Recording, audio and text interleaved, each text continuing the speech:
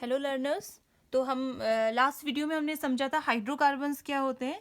हम कुछ प्रॉब्लम्स लेके आए हैं और उन प्रॉब्लम्स के सॉल्यूशन से कंसेप्ट्स तक जा रहे हैं।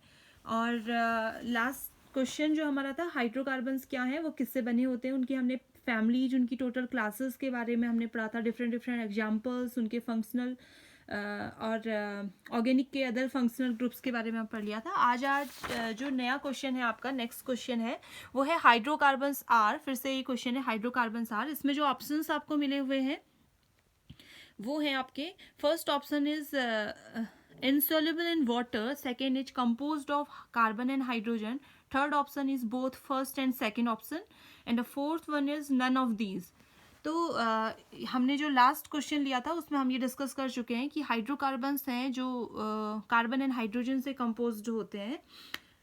अब हम लोग सॉलिबिलिटी को इस बार चेक करेंगे कि हाइड्रोकार्बन्स की सॉलिबिलिटी को कैसे हम लोग डिसाइड करेंगे। तो एक कंसेप्ट होता है केमिस्ट्री में सॉलिबिलिटी को चेक करने का, एक फिनोमिना है, एक रूल है, उसको हम बोलते हैं लाइक डिजॉल्व लाइक फिनोमिना।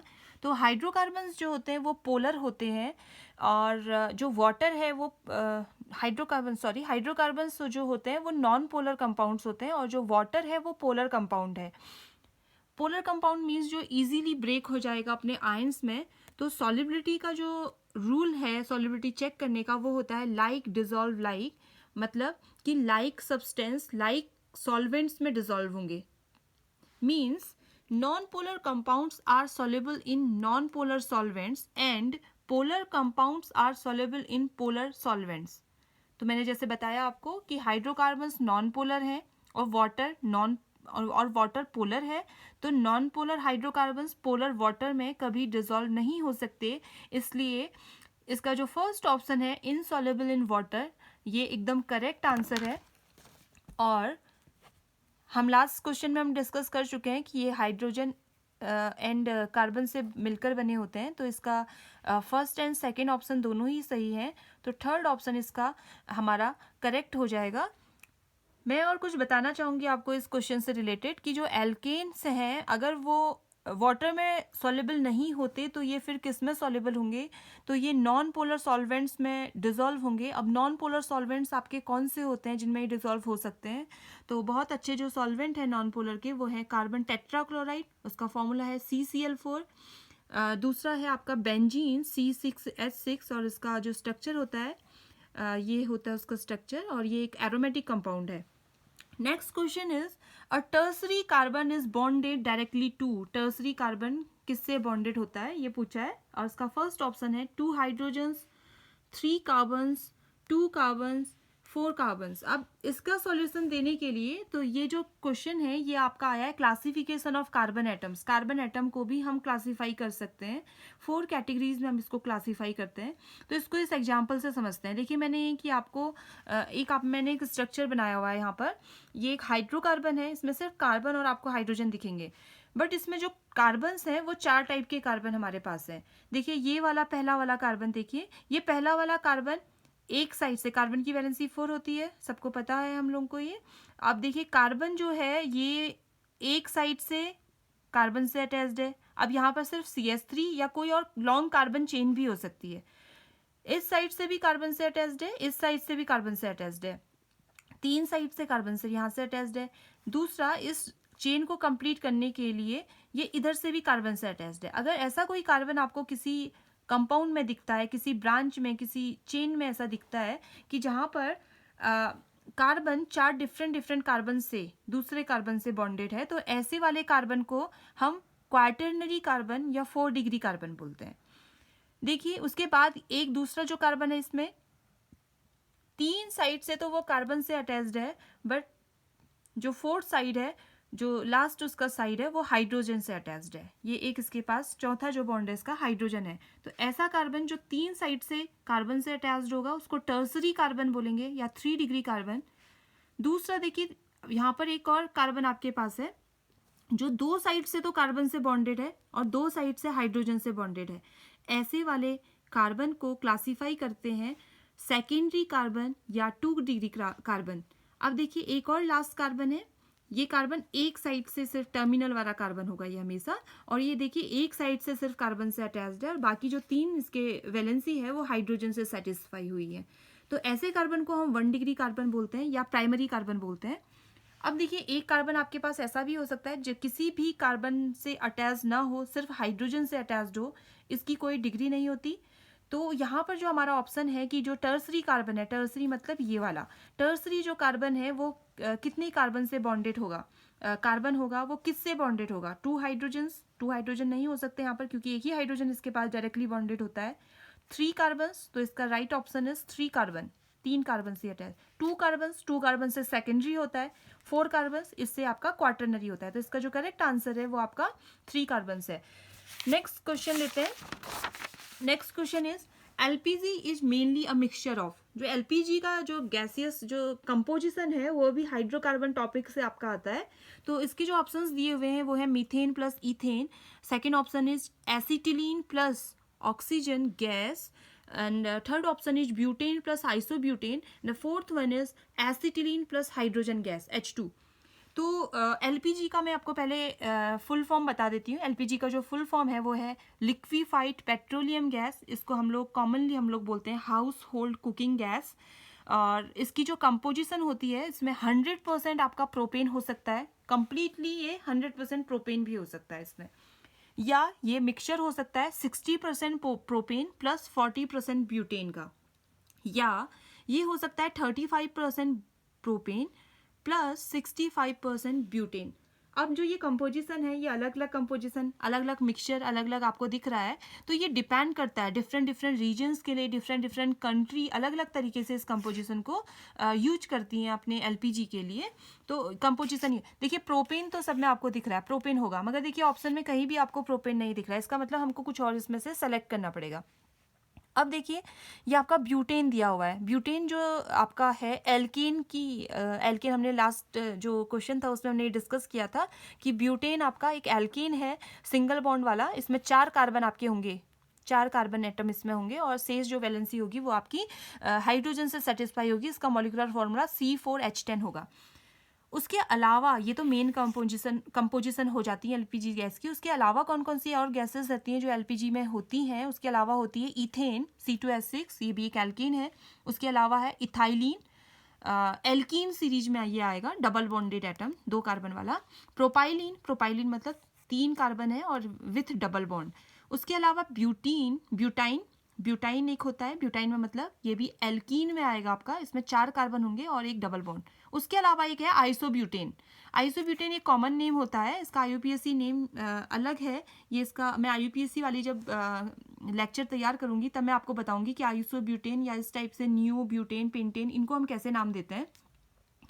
तो यहाँ पर देखिए आपका जो आइसोब्यूटेन है उसका इसमें भी आपके जो टोटल कार्बन के नंबर्स होते हैं वो 4 होंगे और एक डबल बॉन्ड होगा।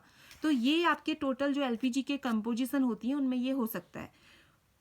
उसके अलावा एलपीजी में एक और चीज़, एक और गैस ऐड करते हैं, उसका आपने देखा होगा एलपीजी जब गैस कभी आप देखा होगा लीकेज होता है तो एक आपको स्मेल फील होती है। The reason behind the smell of LPG gas is ethyl mercaptan. ये जितनी भी प्रोपेन गैस होंगी आपके संग उनके साथ ये यूज किया जाता है, प्रोपेन गैस के साथ। तो ये लीकेज का पता लगाने के लिए आपका होता है। इसका जो फॉर्मूला है वो है CH3CH2SH, जैसे आपका अल्कोहल होता है OH, उसी तरह से यहाँ पर SH आपका है, इसको बोलते हैं इथेन थाइऑल, और ये एक ऑर्गेनो सल्फर कंपाउंड है। It is use to alert users of a leak, it is a colourless liquid. तो हमें ये दिखाई तो नहीं देगा और इससे ये एज अ फ्यूल भी यूज नहीं होता। इसका यूज सिर्फ इतना है कि अगर आपका लीकेज है एलपीजी गैस में तो इसका आपको पता चल जाएगा क्योंकि इसमें एक स्मेल होती है स्पेसिफिक। उसके अलावा देखिए एसिटिलीन आपको दिया हुआ है। एसिटिलीन जो गैस होती है उसका molecular formula carbon, triple bond carbon है और 2 इसके साथ हाइड्रोजन अटैच्ड होते हैं। ये जो गैस है ये आपका एल्काइन सीरीज में आएगी, ट्रिपल बॉन्ड वाली, और इसका ये एज अ फ्यूल यूज़ नहीं होती। इसका जो यूज़ है वो वेल्डिंग में और कटिंग में यूज होता है। तो ये ऑप्शन कभी नहीं हो सकते। एसिटिलीन जो गैस का जो आपको ऑप्शन दिया हुआ है वो कभी भी एलपीजी में यूज नहीं हो सकता। उसके अलावा मीथेन आपको मिला हुआ है। मीथेन कहाँ पर यूज होता है? मीथेन का मॉलिक्यूलर जो मीथेन का जो फॉर्मूला है वो है आपका CH4। ये है primary component of natural gas. Natural gas जो होती हैं उसका प्राइमरी कंपोनेंट मीथेन होता है। इसको मार्स गैस भी बोलते हैं क्योंकि ये बहुत जो दलदली जगह होती हैं, मॉइस्चर वाली दलदली जगह, वहाँ पर आपको ये मिलेगा, वहाँ पर से ये ऑब्टेन होती है गैस।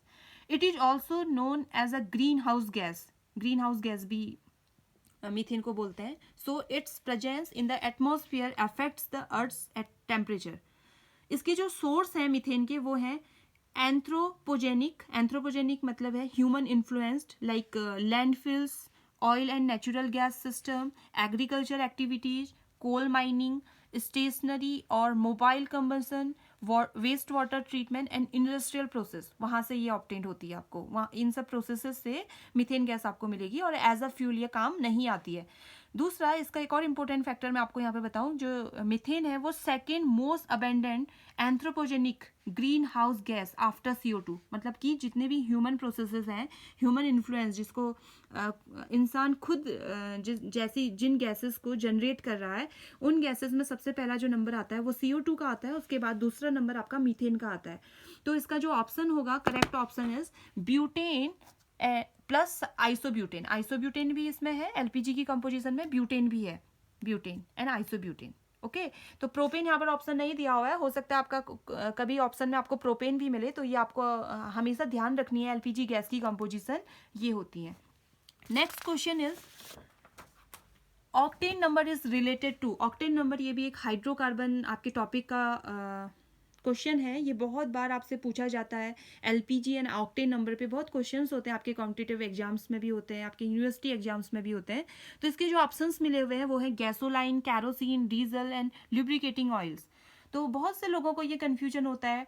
यहाँ पे देखिए पेट्रोल डायरेक्टली नहीं दिया हुआ है, पेट्रोल का कहीं पर भी मेंशन नहीं किया हुआ है डायरेक्टली, मगर मैं आपको एक और बात बताना चाहती हूँ। जो ये गैसोलाइन है इसको हम लोग पेट्रोल के नाम से भी जानते हैं। ये आप लोगों को समझना बहुत ज़रूरी है क्योंकि आप लोग पेट्रोल टर्म से तो फेमिलियर होते हैं बट गैसोलाइन से नहीं होते हैं। तो जो गैसोलाइन है उसी के फ्यूल की रेटिंग के लिए कि फ्यूल कितना अच्छा है, उसकी एफिशिएंसी कितनी अच्छी है पेट्रोल की, उसकी एफिशिएंसी को मेजर करने का ही जो तरीका है वो ऑक्टेन नंबर है, या इसको ऑक्टेन रेटिंग भी बोलते हैं। द ब्रांच टेन एल्किन, जो एल्किन होते हैं ब्रांच वाले, considered as a good fuel because they give relatively smooth performance in the engine of motor cars. तो एक और बात समझ लीजिए कि अगर आपके पास नॉर्मल चेन कंपाउंड है, देखिए ये है एन हेप्टेन, इसमें आपके 7 कार्बन होंगे, 1 2 3 4 5 6 7, इसको हेप्टेन नाम, एन हेप्टेन, इसमें कोई ब्रांच नहीं है। अब यहाँ देखिए ये ब्रांच्ड एल्केन है, 1 2 3 4 5 6 7 8 मेंबर्ड ये है और ये ब्रांच्ड है। अगर दोनों में कंपैरिजन करें तो ब्रांच वाला जो होता है, अगर हम इसको एज अ फ्यूल यूज करें तो इंजन में ये वाला जो होगा वो स्मूथ परफॉर्मेंस देगा, बहुत इजीली, इसमें नॉकिंग की प्रोसेस नहीं होगी। और ये वाला जो होगा वो फ्यूल वो नॉकिंग कॉज करता है। तो हम लोग क्या करते हैं, जो भी नॉकिंग कॉज करते हैं ऐसे एल्केन्स फ्यूल में, उनको हम बेड फ्यूल्स बोलते हैं। और जो जिनकी नॉकिंग प्रॉपर्टी जितनी कम होगी उतना अच्छा वो फ्यूल कंसिडर किया जाएगा। The knock property of the various gasoline और petrol is stated in term of octane number. जितनी ज़्यादा नॉकिंग प्रॉपर्टी है तो उसका ऑक्टेन नंबर उतना ही कम होगा। तो देखिए यहाँ पर हम लोग कंपैरिजन करते हैं, ऑक्टेन नंबर जो बना हुआ है ये आइसो ऑक्टेन, देखिए ये आइसो ऑक्टेन का स्ट्रक्चर है, इसका यूपीएससी नेम है 224 ट्राई मिथाइल पेंटेन। इसका ऑक्टेन नंबर 100 है। और हेप्टेन है आपके पास एन हेप्टेन, इसका ऑक्टेन नंबर 0 है। अब हम लोग क्या करते हैं, ये बहुत नॉकिंग करता है, अगर इसको हम एज अ फ्यूल कंसिडर करें तो ये बहुत नॉकिंग करेगा, इंजन बहुत स्मूथ नहीं चलेगा। और अगर हम इसको लेंगे तो इसमें जो नॉकिंग की टेंडेंसी है कोई टेंडेंसी नहीं होती। अब हमारे पास जो भी फ्यूल होगा, वो जो भी मिक्सचर होगा, हमारे पास हाइड्रोकार्बन्स का मिक्सचर होता है, जो पेट्रोल होता है वो हाइड्रोकार्बन का मिक्सचर है। उसमें हम लोग क्या करेंगे, अब इन दोनों का कंपोजिशन को मिक्स करके देखेंगे। उसके बाद मिक्स करने के बाद उनकी परफॉर्मेंस देखेंगे कि नॉकिंग की परफॉर्मेंस अगर कम आ रही है या सेम आ रही है तो उसके ऑक्टेन नंबर को इसके हिसाब से हम लोग कंसिडर करेंगे। तो इसको हम कैसे समझेंगे, the octane number of a particular gasoline is that percent of isooctane in a mixture of isooctane and heptane which gives equivalent knock performance. इसका एग्जाम्पल समझते हैं. देखिए, knock performance of exam of the sample of gasoline is same when a mixture contain, जैसे अगर आपका कोई mixture है और उसकी नॉकिंग जो प्रोसेस आ रही है, जो नॉकिंग का जो परफॉर्मेंस आ रहा है वो सेम आ रहा है, इक्विवेलेंट आ रहा है, जैसा हमने ऑक्टेन के लिए देखा था. तो 42% सपोज उसमें आइसो ऑक्टेन है एंड 58% हेप्टेन का मिक्सचर है, तो हमने ये चेक करने के लिए दिया है सिस्टम में. तो इसका ऑक्टेन नंबर हम कंसिडर करेंगे 42, मतलब जो आइसो ऑक्टेन का जितना परसेंटेज हमने लिया होगा वही उसका ऑक्टेन नंबर होगा.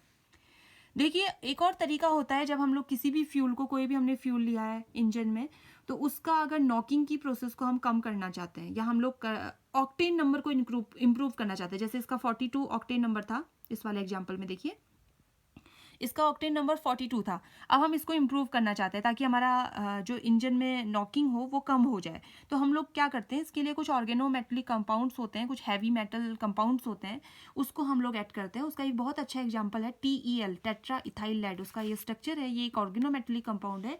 इनको ऐड करने से भी, और भी कुछ प्रोसेसेज हैं, इनको ऐड करने से जैसे आपकी नॉकिंग की प्रोसेस कम हो जाएगी, ऑक्टेन नंबर इंक्रीज हो जाएगा. और भी ऐसी बहुत सी प्रोसेसेस हैं, केमिकल प्रोसेसेस भी हैं, जिनसे हम लोग ऑक्टेन नंबर या ऑक्टेन रेटिंग को इंक्रीज कर सकते हैं. देन आपका जो नेक्स्ट आपका इसी क्वेश्चन में आपका मैं डिस्कस करूंगी जो गैसोलाइन होते हैं उनका इसकी डेफिनेशन आप कैसे देंगे. गैसोलाइन जो है या पेट्रोल जिनको हम बोल रहे हैं वो है complex mixture of C4 to C10 hydrocarbons. Carbon 4 से कार्बन 10 तक के जो हाइड्रोकार्बन्स हैं, एल्कीन्स हैं, उनके कंबाइंड मिक्सचर को, कॉम्प्लेक्स मिक्सचर को हम लोग गैसोलाइन बोलते हैं. इनको फिर हम लोग क्या करते हैं, रिफाइन करते हैं. रिफाइंड पेट्रोलियम होता है, पेट्रोल यहाँ से ऑब्टेन करते हैं फ्रैक्शनल डिस्टिलेशन के थ्रू. फ्रैक्शनल डिस्टिलेशन एक प्रोसेस है, इसके थ्रू हम लोग यहाँ से गैसोलाइन पेट्रोल को यहाँ से ऑब्टेन करते हैं. ये क्या है, एक पेट्रोलियम जो है गुड फ्यूल है, एक अच्छा फ्यूल है. क्यों? बिकॉज कंबंसन ऑफ हाइड्रोकार्बन्स इसमें कंप्लीट हो जाता है. जो हाइड्रोकार्बन्स हैं पूरी तरीके से आपके कंज्यूम हो जाते हैं and they burn with blue flame. मतलब इनमें जो कार्बन है, सूटी फ्लेम नहीं आएगी. कार्बन जो कंपाउंड होते हैं, जो आप लोग देखेंगे कि धुआं इनसे जो आएगा, फ्लेम जो आएंगी, वो ब्लू फ्लेम वाले जो भी फ्यूल होते हैं वो धुआं कम छोड़ते हैं या कार्बन कंटेंट इनमें कम होता है. अब देखिए, कैरोसिन भी आपके एक ऑप्शन में कैरोसिन भी था, तो यहाँ पर हम देखेंगे distil fraction of crude oil. जो कैरोसिन है वो भी एक distil fraction of crude oil का डिस्टिल फ्रैक्शन है. अब देखिए, दोनों में हम कंपेयर करें, गैसोलाइन में, पेट्रोल में, कैरोसिन में, it is less volatile than gasoline. ये उससे कम वोलेटाइल है. और इसका देखिए, इसका वोलेटाइल टेम्परेचर कैरोसिन का होता है आपका 38 से मोर देन 38 और इससे ज़्यादा मोर देन 38. और जो वोलेटाइल टेम्परेचर है गैसोलाइन का वो है -40 डिग्री सेल्सियस. तो इससे हम दोनों की कंपैरिजन से हमें ये पता चला कि कैरोसिन को जो पेट्रोल के कंपैरिजन में रिलेटिवली सेफ फ्यूल है to store and handle. Store करने के लिए तो सेफ है, बट कंबसन ऑफ हाइड्रोकार्बन जो होता है कैरोसिन में कंप्लीट नहीं होता. इसके कारण it Burns with smoky flame and release unburned carbon atom. तो इससे जो काला धुआं निकलेगा, जितना भी जो भी आपने देखा होगा इंजन काला धुआं फेंकते हैं तो उनमें कार्बन कंटेंट होगा, तो वो उतने बैड फ्यूल काउंट होंगे.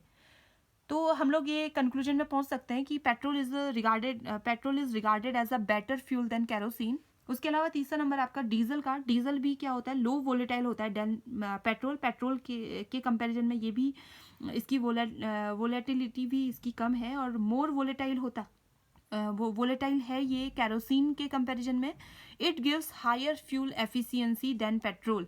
तो ये सस्ता तो होगा मगर ज़्यादा अच्छा कौन होगा, पेट्रोल होगा. अगर हम देखें कि ज़्यादा अच्छा जो स्मूथ परफॉर्मेंस देगा इंजन के साथ वो पेट्रोल देगा.